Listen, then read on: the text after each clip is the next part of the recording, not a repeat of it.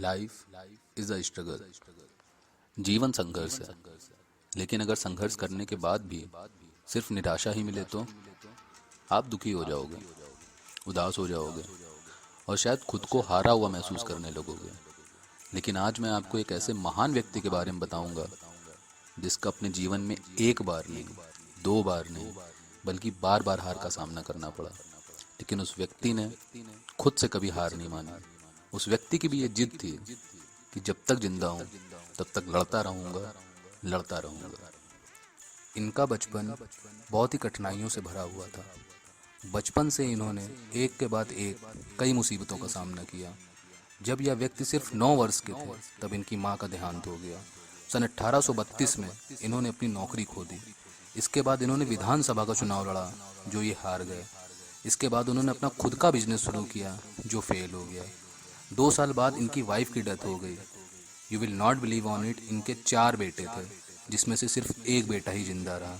3 साल की उम्र में पहले बेटे की डेथ हुई, 11 साल की उम्र में दूसरे बेटे की डेथ हुई और 18 साल की उम्र में चौथे बेटे की भी डेथ हो गई। सिर्फ एक बेटा ही जिंदा रहा। ये बंदा इतना टूट गया था, इतना टूट गया था, इसे नर्वस ब्रेकडाउन हो गया और ये बंदा डिप्रेशन में चला गया। डिप्रेशन में भी इसे कई बार ख्याल आता था कि शायद ज़िंदगी यहीं ख़त्म हो गई है।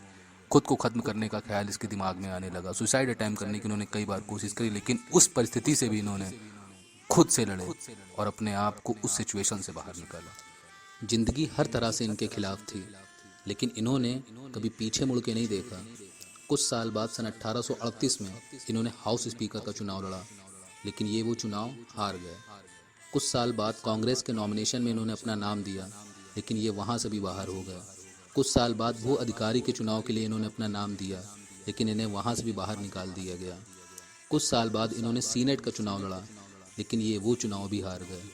सन 1856 में इन्होंने अमेरिका के उपराष्ट्रपति का चुनाव लड़ा, लेकिन ये वो चुनाव हार गए।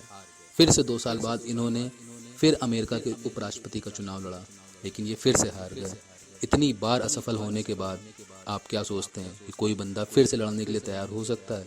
इतनी बार असफल होने के बाद भी इन्होंने जीवन में हार नहीं मानी, बल्कि सन 1860 में इन्होंने अमेरिका के राष्ट्रपति का चुनाव लड़ा और अब की बार ये हारे नहीं थे, बल्कि इतनी बार असफल होने के बाद अंत में अमेरिका के राष्ट्रपति का चुनाव इन्होंने जीता।